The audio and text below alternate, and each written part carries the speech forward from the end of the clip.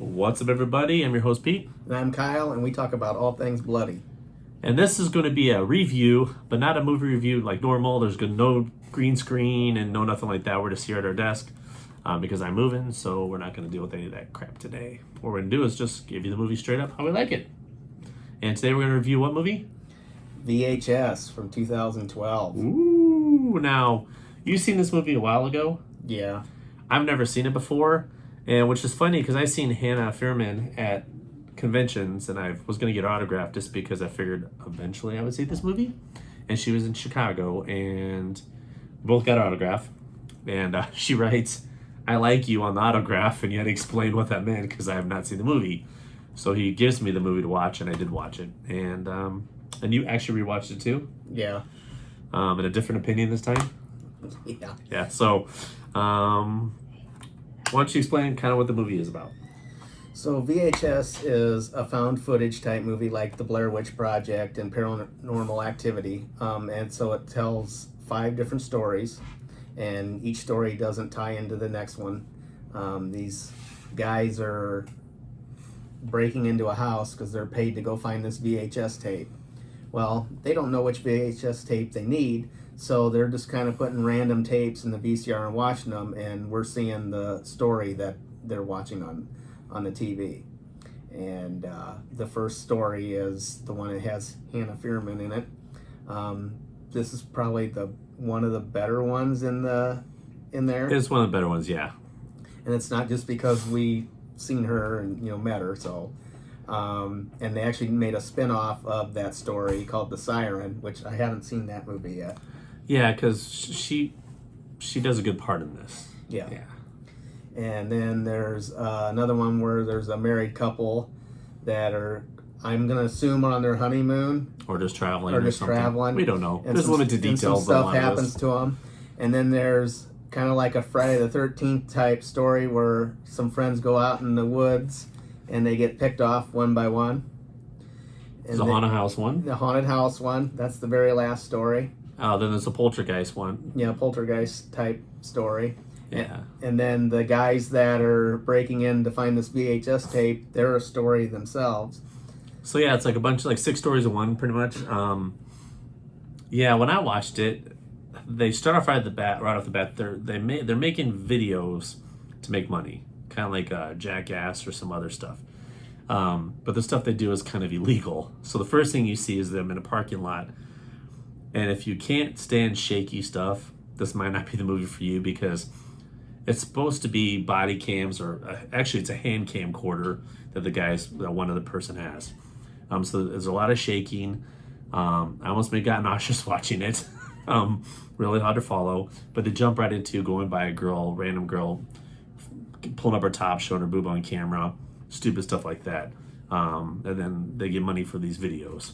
And then later they get paid to go find this other video, so they have to go to this house and find this video. And that's when they start watching all the videos and you see the sub-movies. But it's really shaky, like right off the bat. Not all the little movies are like that, but them at the beginning was really shaky camera work, which is supposed to be, I get it, because like you said, it's a home camera, but really hard to watch. Like they could have toned it down a little bit, and they jump into making these movies, you don't know what's going on. Later on, they're going to this house to get the videotape. Then they kind of explain, hey, they do this for money to make these videos, which doesn't make a lot of sense.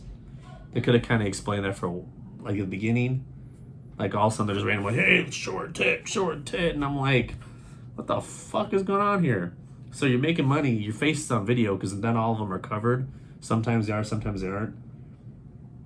So that didn't kind of make any sense to me. I don't know, what do you think? Well, when they ripped that girl's clothes off, they had masks on, but after that they didn't. Which made no sense. Yeah.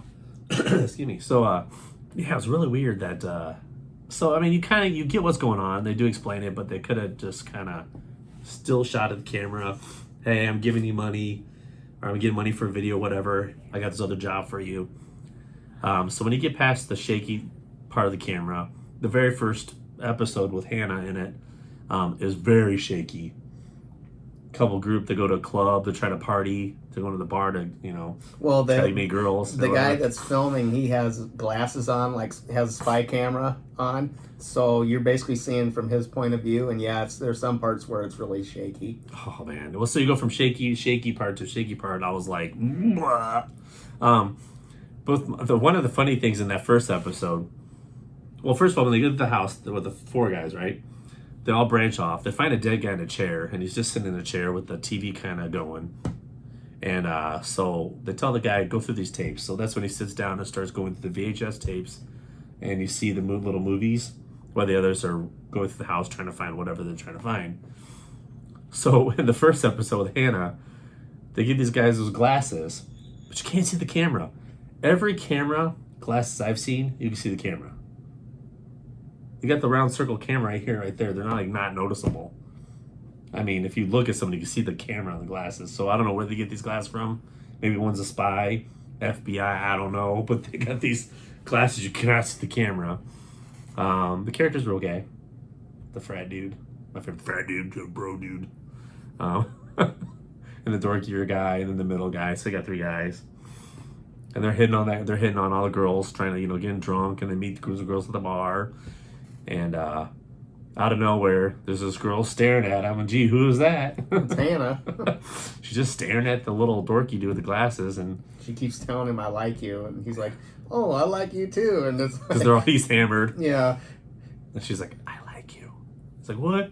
I like you." He's got the drunk yeah. music going on where he could hear, but it's kind of toned down in his ears. Then they end up back at this hotel room With Hannah and another girl. Yeah, so somehow Hannah ends up with him, but you don't get to see how that is. They kind of drag her along too, and this other girl. And my favorite part, so they get two girls, three guys. So one guy's making out with the girl he met at the bar. She's so drunk she passes out. And his buddies are like, "He shouldn't be." He was like trying to undress her, and they're like, "Dude, stop! That's like rape." And then he's like, "Okay." So then he turns around and goes and kind of forces himself on Hannah. How about that laughing? Because you're not going to rape the girl. You're not going to force yourself on a girl who's passed out, which is good. You shouldn't do that. But then you're going to go to the other girl and just force you. I mean, he literally forced himself on Hannah. But then she's kind of like okay with it. Yeah. And then you got the one dorky guy who comes out. And he's like, "Oh, okay, make out with my girl," which would never happen. Well, then she reaches over and tries to undo his pants, and he's like, oh, "Okay." So then their other buddy goes to take his pants off, and Hannah hisses at him, and Yeah, she didn't like that guy. yeah, she didn't like him. Well, then the kid with the glasses is like, "I can't do this," so he goes in the bathroom, and you see him looking at himself in the mirror, I can't do this. I'm not gonna do this. And then all of a sudden, you see his buddy come running in, butt ass naked. She bit me, and he's showing his hand all bit up. And then you hear a bunch of screaming, and Hannah's attacking the other guy that was forcing himself on her. So you found out she's a vampire. No, she's like a succubus. Oh, okay, yeah. And she was looking for a mate, and she liked the guy that was The dorky guy with the glasses. Yeah, because she was okay with she liked the dorky guy. She's okay with the other one. The middle guy, sitting on the couch, she didn't like him at all. She hinted him, she told him no or whatever. And then when he got close, that's when she flipped her shit. And you could kind of tell something was going on with her, because when they took her clothes off, they showed her feet, and she looked like she had gargoyle feet. And even the one dude's like, she had hammer toe. Yeah, I was like, what the hell's going on? And then I'll tell you what, Eddie Murphy, his character from Boomerang, would not take that girl on a second date because he doesn't like hammer-toed women. If you ever seen Boomerang, well, of course he would not like Hannah. Well, of course in this he movie. wouldn't take her on a second date. He'd be dead after she killed him. Good point. Well, because he has with the glasses, he looks at her when the other dude takes off her clothes, and you can see her skin looks weird, scaly, and then she's got hammer time toes and feet, and look like she's been wearing stilettos since birth, and feet are all curly fries, and he's like, well, wait a second, hold on, and no one cared because they were all drunk and horny. So yeah, she kind of goes to town on him, and yeah, and then the dorky kid freaks out, so that's a chase right there. Yeah. And then he falls down the stairs. I thought he broke his ankle. You said he broke his arm. wrist. Yeah, his arm or whatever. Yeah, and she grows wings and picks him up, takes him off, and his glasses fall off, in midair and hits the ground, and that's how the segment ends. Is her taking him away. So It wasn't bad. So we don't know what happened to him. I'm going to assume he died. Yeah, he died. So, But when he falls down the steps trying to run away with after all the chaos, she says, "I like you," which is kind of nice. If you're bleeding and broken bones and you're looking all mangled, like, "Ugh," and some girl said she likes you, that's kind of a keeper. but then, but he's like, no, no, and he like tries to get away, and then she kind of took as being rejected. Yeah, she says, "You don't like me?" And he's like, "No." Well, we learned one thing. Next time someone asks if you're a god, you say yes. If you got a demon-type creature asking if you like them, you say yes. and It might save your life. And he failed to do that. So he went for a little magic carpet flying ride in the air and got dumped on his ass from way up in the air. So I thought it was a pretty cool scene. I mean, it helps that we met her and all that, of course. I mean, I've seen her like 4 or 5 different conventions already, but yeah, it's cool. She did a good part. Like her as that character was cool. Like that being a movie, she played a good part. I like that. The characters were in that one. The camera work sucked. It was too bouncy for me. Hard to watch. But did we get through that? It was a good episode, I thought. I mean, it's pretty neat. And then that goes on to they go back to the house. And then the guy's like, "Oh, I'm going to watch more movies." With this dead guy sitting behind him. So the whole time, this big fat dead guy, old dude sitting behind him, just dead. Well, one time Or you assume he's one dead. time he disappears, and then they put in another tape, and then he's right back. Yeah. Behind him, So and the guy watching the video doesn't notice because he's too busy paying attention. And then what was the next episode? Was that the where they go on a trip? The guy Yeah. go on a trip. Which that one was okay. A guy and a girl go on a trip. I don't know if they're married or newlyweds or whatever, and they going across country or whatever, and they're stopping at these little hotels, and he notices some girl, I guess, asked him for a ride or something, and they make it sound like she's a tweaker or something, and they look outside, is she still there? Oh, she's gone, and it's pretty blah. Just them talking on the road, and then at the end, towards the end of this little segment, you find out what happens. The wife or girlfriend, her lover comes and kills Was the girl. Was the girl and kills the husband. Somehow she breaks into their hotel room. I still don't get how that happened. Well, she must have the key or something because you see him. Well, here's the thing: you see him. Well, yeah, because it makes sense because she knows the girl because they have that deadbolt thing on top of like hotels, and how would you get by that without making a bunch of noise, kicking it open or whatever? So it makes sense that they know each other because she probably unlocked the door for him.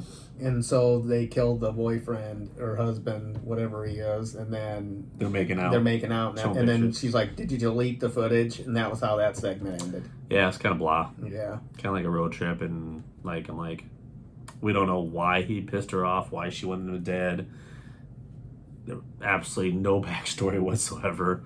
That was okay. It was like, eh. And then the one after that is the one where the kind of the Friday the 13th story. A bunch of friends go out into the woods, and one by one they all start dying until you get to the final girl.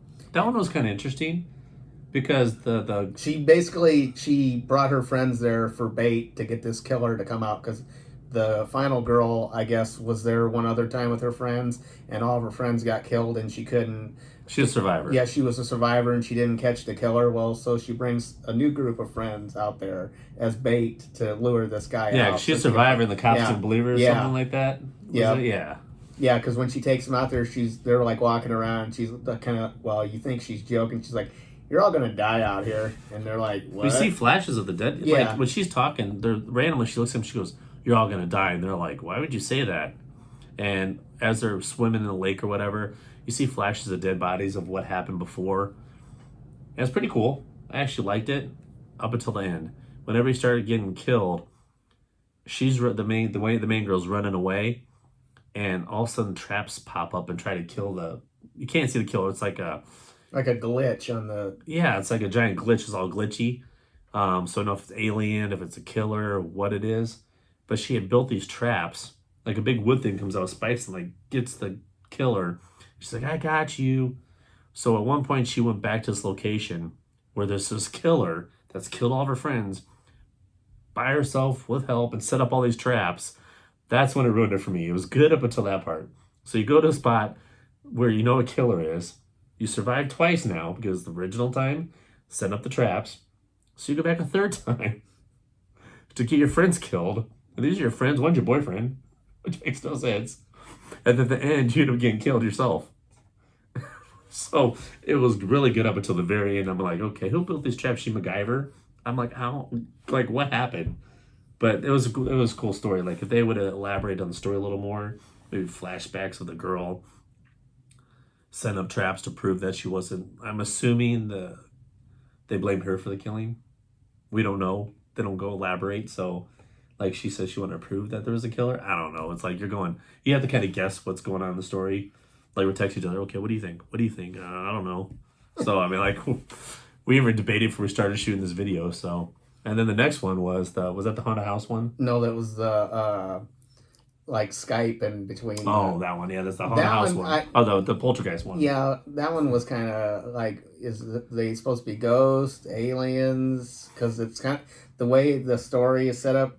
It's like a Skype call between this girl. I'm gonna assume it's her boyfriend. Yeah, it's a boyfriend girlfriend for like long distance college. Yeah, like he's like an hour away. Yeah, or whatever. And she's like, something's like in my arm, and she's like poking at it, and he keeps telling her, well, don't. And like she thinks her apartment's possessed or haunted or whatever, and like so she's like taking the laptop around, and like you'll see flashes of stuff, but you don't know what's going on, if it's a ghost or an alien. Well, you see like a little kid, like a little kid, and he sees the ghost or whatever it is. He sees what we presume is a ghost. Mm-hmm. He goes, there it is, and the ghost doesn't harm her, but it does something to her arm, and it slowly possesses her or takes control of her.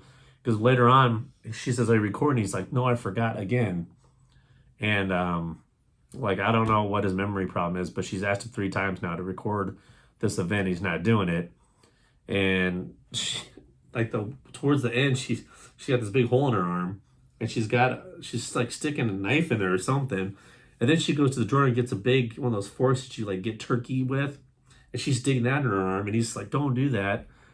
Well, then you find out later that she gets taken down, and you hear a voice, and you hear his voice, and he's talking to the demons or the ghost or whatever, the aliens or whatever they are, about a tracking device in her arm. And then he like cuts out a baby out of her too. It's like, when the hell was she pregnant? So the ghost got her pregnant? Yeah. Or like, the alien? Or... And then he's like, well, I gotta break some bones or whatever. And then the next thing you know, it shows a Skype call, and she's like got her arm in a sling. She's all bruised up, beat up like she got, yeah. And then she's like, I don't know why you deserve to be with someone like me. And then it shows him like on another Skype call with a different girl with the same thing. Oh, my arm feels kind of funny. And that was how it ended. So he was in cahoots with whatever the hell was going on. Yeah, the aliens. And doing this to different women. Like, they were like trying to probe these girls for whatever. I don't know. Yeah, it was cool up until the very end. You're going, huh? Yeah. Like, yeah, just kind of like, what the hell happened? And then the last one is the haunted house one, where these guys on Halloween night, they think they're going to this party at this house, and they get there. And I don't even know how they got the address of this, but they show up at this house, and there's a random house. Yeah, some random house. There's nobody there. They're thinking there's a party going on, so they're like looking around, like, where's everybody at? Well, then they hear like some voices like up in the attic, or was it the attic? Yeah, it was an attic. Yeah, so you gotta go through a bathroom. Yeah, and there's a little like secret door. Yeah, so they go up to the attic, and there's these guys. Hillbilly dudes. Yeah, like 4 hillbilly dudes, and they got this girl tied up, and they're like doing like some kind of exorcist like ritual thing. I thought they were sacrificing her or something. And then the guys partying are like getting into it, like, yeah, you know. And then they think it's a show. Yeah, it's a show. Well, then the hillbillies were like, "What are you doing here?" And then all of a sudden, shit hits the fan. Like the poltergeist like takes one of the hillbillies and like slams them up against the ground or whatever. And so the 4 guys like hightail it out of there, and they get ready to leave, and they're like, well, we got to rescue that girl. So they run back up the steps, untie her, and they're like trying to get her out of the house. Well, then like, and that's where more hillbillies are flying, like, and then like all of a sudden you got like ghost arms appearing out of the walls, and that graphics were really bad. Yeah, the graphics were really bad. And then the demon takes form, chases them down the stairs before they finally escape. So you got a poltergeist. I assume there's a poltergeist up until that point. You're throwing these people around. I didn't think it was her. I thought they had to sacrifice her to please whatever was going on, was my guess at the time. Then it takes form and chases them out. The poltergeist could just killed everybody, or whatever it was. Demonic spirit. It just lets them escape. And then they get in the car with the girl. Yeah, and they like take off and they get to like the railroad tracks and like all of a sudden the car dies and the girl disappears and they're like, well, where the hell did she go? And she's like outside of the car and she's like shrieking like a demonic voice. And then like there's this train coming and the car doors are locked and they can't get out. And it ends with the train hitting the car, so they all died. So you don't know if she was Yeah, actual demonic spirit they were trying to take care of, yeah, or if she was still possessed, like if they possessed the female because she didn't get sacrificed, or she was we don't know. yeah, So it was kind of like that one had cheesy graphics, yeah. like arms come out of the wall and stuff. That was PS1 graphics. like I don't, not even that. You're talking about like Nintendo. Yeah. I don't know. It was pretty bad. Yeah. So I don't know. What do you think overall of the whole thing? It's original. I like. Okay, it's original, something different. I mean, for 2012 especially, but even now it's still different. It's people like their take, their home video take on it. Short stories, kind of cool, kind of like Tales from Dark Side type mini stories, whatever. I thought that was kind of cool. I really did not like the video, the shake, and they could. Okay, I understand it's body cameras. They could have like controlled that a little bit so you can understand what's going on better. Because if you understand what's going on better, you're more engaged in the movie. Not like you'll start tuning out if you're not paying attention. Like if you can't pay attention to it. So it's like being at a theater and all of a sudden the seat's doing this the whole time, trying to watch whatever movie you're watching. It just doesn't work. So I like the premise of it. What did you think? Was it good and bad? It was a little bit of both. You didn't like it as much the second time. I mean, I'm not a big fan of like found footage movies. It's just not my thing. But like people were talking, oh, you got to watch VHS. So it's like, okay, I'll check it out. And the first time I watched it, because it was something that I'd never seen, before, I liked the premise. But since I watched it recently for this review, I don't think I'm that big of a fan. I mean, it is what it is. I mean, to me, it's one of those movies where if you watch, it's like a one-time watch, because after you see it the second time, you're like, okay, you already know what, other than that. I mean, I'd rather just watch the short stories without all the beginning crap with the dudes trying to find the videos. now If you take that out, I'd probably watch it again. now I have watched, because there's 4 VHS movies. I've seen 3 out of the 4, and I will say that the second one is a lot better. I like it. I think out of the 3 that I've seen, the second one's the best. But I'll probably watch the other one that I haven't seen yet, just so I can say I've seen all of them. But this really isn't the type of thing that I would, I probably watch a lot. To me, it's just one of them one and done type movies. I think it's because it's so hard to watch. Yeah. Because the cameras, they try to make it be actual, like you would be in a camera. Mm-hmm. We've all watched home movies before, or movies under camera that's shaking. At a concert, you're screaming, shaking. You don't watch them because they suck. Well, yeah, it's hard to watch. So I don't know. I appreciate the fact I like the little stories. If you take away all the beginning guys looking for videos and just have the mini stories, just like a movie of mini stories, okay, it'd been pretty good. Wasn't bad, wasn't great. So therefore, I would give it 2 blood drops out of 5. So for me, the segment that Hannah Fierman is in, there's a spinoff called The Siren. Now that's not a found footage type movie. It's an actual like movie. Because she played a good part in that. I'll definitely check that one out. Just because, I think that story was interesting. But other than that, if they made the other segments into their own movie, I don't know if I would watch that. I would watch Hannah as a demonic. I don't know about the other movie she was in, but her as that whatever it was, character of hers. If she did a movie and they trying to find the soulmate or whatever she was trying to do, I would probably like that. So with that, I'd probably give it 2 blood drops out of 5 too, just because, like I said, this is found footage isn't really my thing. But I mean, It's so hard to watch. yeah, it's so hard to watch, and Not all the episodes. Yeah, not all the beginning that, though. yeah. They like go right if they didn't go right at the beginning with the shaky footage to the one with the first little episode was shaky, and they kind of like spaced out like shaky, not shaky, shaky. It would have been easier, but they're like, I'm gonna hammer you with all this, and your eyes are just kind of all over the place. And But this is a movie. This is a movie that I recommend you at least watch once. Because there is people that like this movie and they talk about it. So yeah, and I mean, if you ever meet Hannah, she's cool. yeah. If you meet Hannah, it's cool because you'll see pictures of her as the succubus character, and you'll be like, "What's that from?" Because she's not really been in a lot of movies. I think I've only seen her in 2 different movies. So But she goes to conventions all the Yeah. time, and we do know she likes us. Yeah. Because on her autograph, she put, Yep. I like you. Yep. So hopefully she'll show up and try to eat us or something. So. Yeah.